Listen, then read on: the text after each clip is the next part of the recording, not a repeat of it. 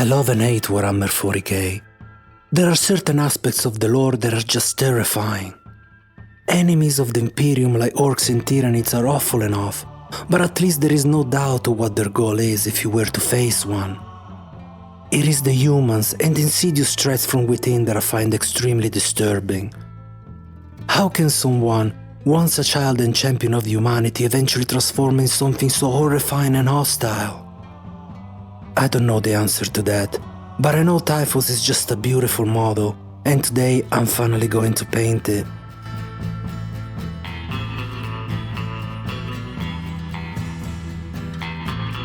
Using my Pache Talon, I'll prime the model with Montana Black. I like this primer because it's airbrush ready straight from the bottle and easy to remove if needed. However, it doesn't bond strongly through plastic or paint, which is fine for display models. But for gaming models, you may want to choose a stronger primer like Citadel. Or if you really want to use Montana, make sure to seal your models with a clear coat or varnish. I'll start with a phthalo blue-green shade undertone to set the model's overall color temperature early on. Then I'll apply a zenithal highlight using Titan Buff from GoldenEye Flow. The Talon 0.66 nozzle delivers exceptional paint atomization, especially at higher PSI. I'm working at 50 PSI for this step. I want the light source to hit from the upper right, so I'll layer thinner coats more heavily on those areas.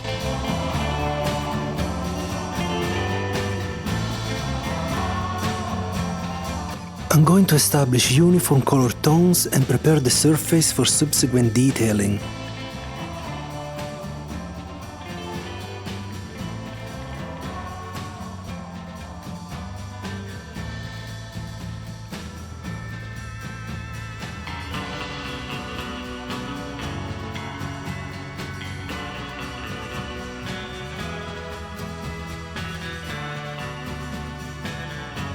Today, we are going to work with what is considered by many simply the best detail airbrush ever made, definitely the most expensive, the Iwata Custom Micron, and this is the Takumi or side feed version. When I bought it, I told myself, I'm done, I'm not going to buy any more airbrushes, there is no reason to, this is it.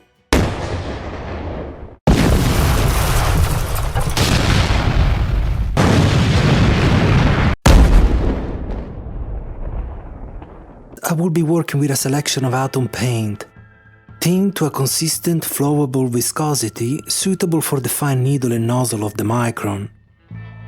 I will apply thin, even layers throughout a series of smooth, overlapping applications, maintaining a close and consistent distance to achieve a smooth finish.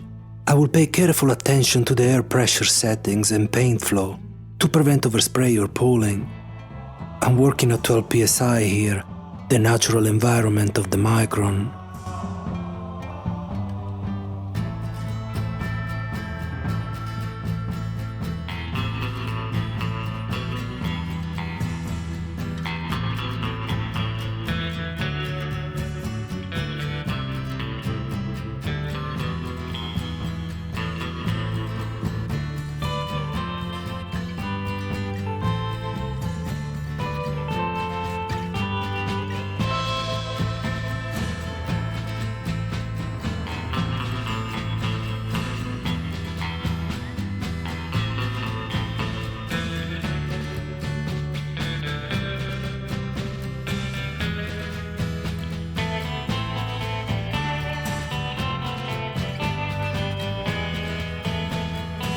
I'm going to test out these AK markers I recently ordered from Europe.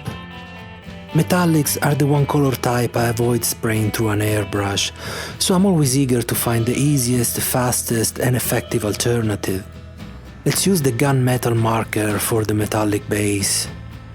Oh my god, where have you been all my life? I mean, look at that. It just covers everything in one layer. The tip doesn't dry, it just keeps going. Seriously, between Ammon by MiG and AK, I feel like the Spanish companies are designing their products specifically for me. I'm very impressed. I will add some gold accent just to cover in some metallic parts with Agar's Dune contrast paint.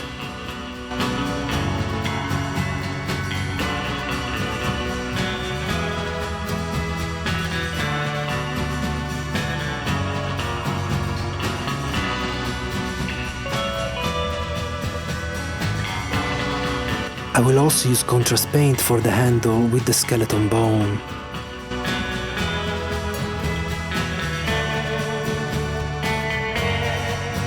Finally, I will add some preliminary shadows with turquoise deep to re-establish the light source position.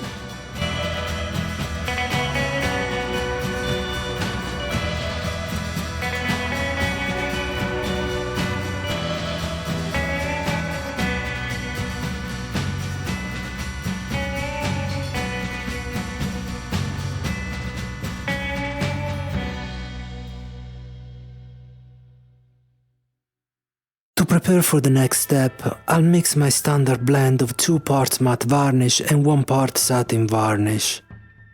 As I've said before, I prefer Liquitex varnish for its thin consistency, which works very well and I generally use airbrush. Naturally, I won't be using the Micron for this. Instead, I'll use my reliable Pache Talon airbrush with the .66 nozzle needle setup.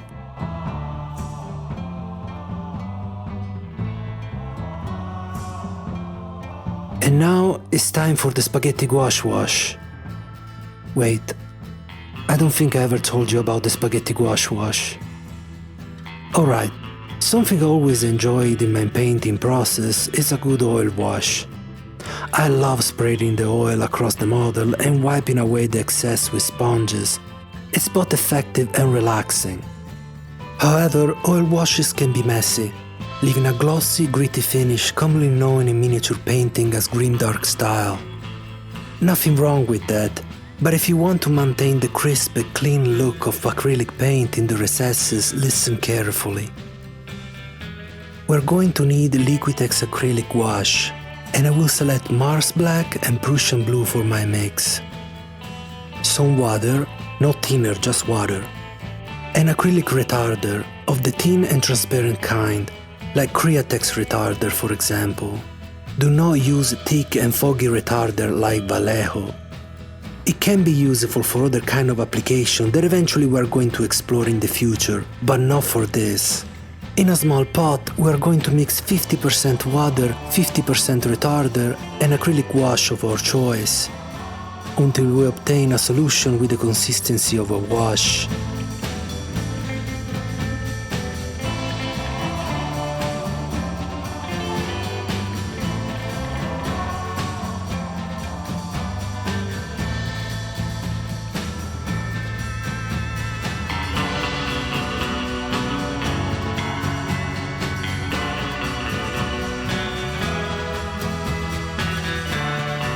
Now, you can apply this with a regular brush, but this is spaghetti miniatures, and I have to do everything I can with the airbrush.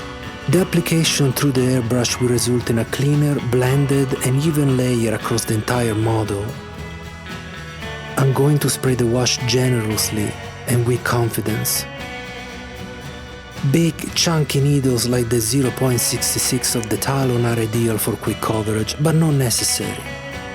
This will work no problem even with the smallest of needles like the 0.15mm of the old HNS Infinity. And this is why I call this technique spaghetti gouache wash, because it's a wash with the gouache through an airbrush.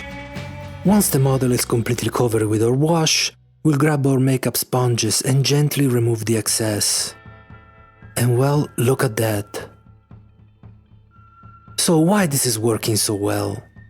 The Liquitex acrylic gouache has short-term reactivating capabilities with water. It's going to give us the time required to erase the excess, avoiding stains, and the retarder is just going to extend that time. And why was I specific about the type of paint and brand to use for this technique? Because Liquitex acrylic gouache is actually an hybrid, not a true gouache, combining the properties of gouache paint and acrylic paint. Therefore, the paint will reactivate on short term, but ultimately, it won't once completely dry. and that's exactly what we want. Do not use regular gouache for this, because it will always reactivate with water. Once the majority of the wash has been erased, we will use makeup applicators with a bit of water to clean up more excess paint on a detail level. This technique is the result of hours of testing and experimenting. If you would like to know more, consider supporting me on Patreon. Besides having access to the full footage of my videos, I will upload the results of experiments I regularly conduct in the world of miniature painting and airbrushing. Like this study where I tested different thinners, paints and the effect they have on the airbrush needle in order to identify the best combinations for the best airbrush performance. Additionally, you will be able to join our Discord group, where I'll do my best to answer your questions and can freely talk anything related to the hobby. Thank you for watching. I'm going to give it some time to fully dry before moving to the next step. Oil will take several hours before fully drying, but for the gouache wash 20-30 minutes should be enough. Let's dive into some spaghetti dry brushing, and these are the oils we are going to be working with. I'm going to try this new Aromax tool, very similar to my current one. I'll start by grabbing some micro dental brushes, which are dirt cheap on Amazon. I'll trim the tip of the dental brush and attach it to the rotary tool.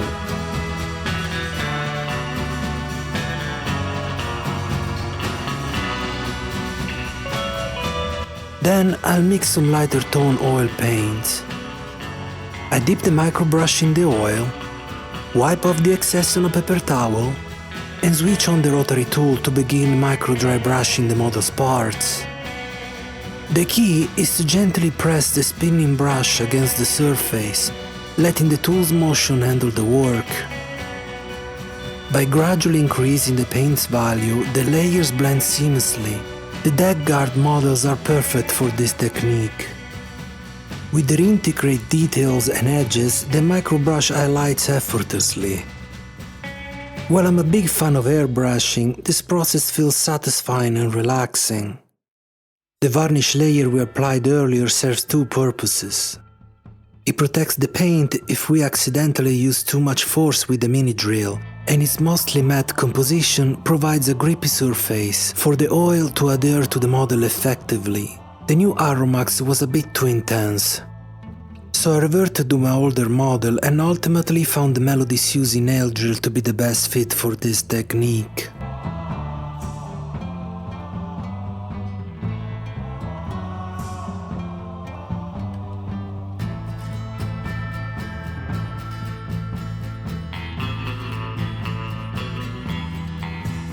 And now that we're finally done, I just can't wait to go back to airbrushing. I want to add some rust effects, and for this I will be using rust liquid pigments from Green Stuff World. For this application I will be using an old friend of mine, the Badger Extreme Patriot Arrow. By adjusting the back valve of the arrow, I will disrupt the airflow enough to achieve a splattering effect. This is actually harder than it looks.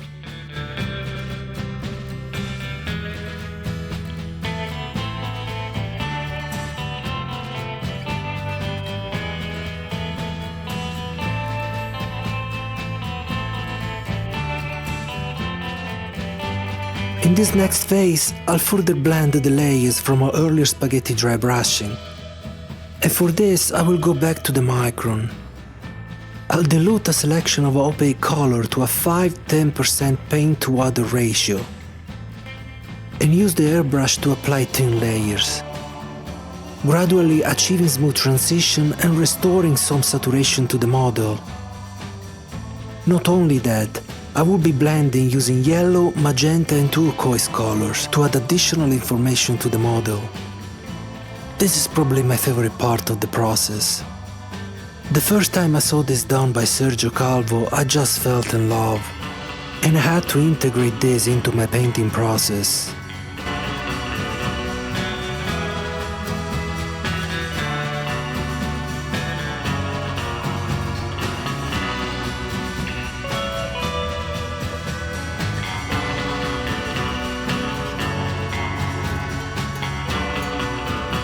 During this step, I'll also deepen the shadows for added contrast.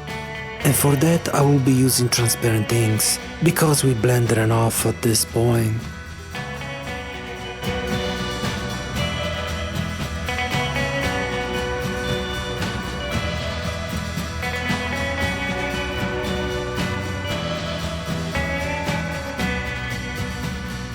As a final step, I'll use acrylics to accentuate the model's highest highlights. From here, you can enhance the details as much as you like, depending on how much time you want to invest. I'm satisfied with applying all-around highlights, using slightly diluted Atom and Ionic paint by Ammo, which, as I already mentioned, I enjoy working with because of how excellent they are to an airbrush as well as a regular brush.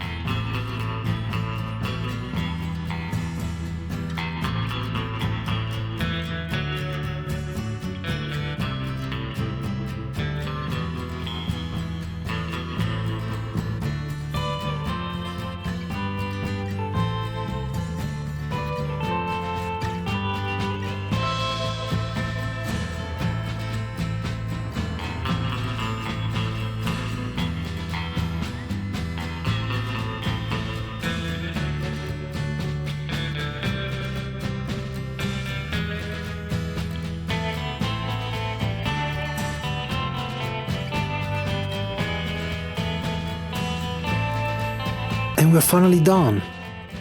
Thank you for watching the entire video. If you found it useful, please like and consider subscribing, and join me in the pursuit of becoming the fastest airbrush slinger in the West. Hee-haw!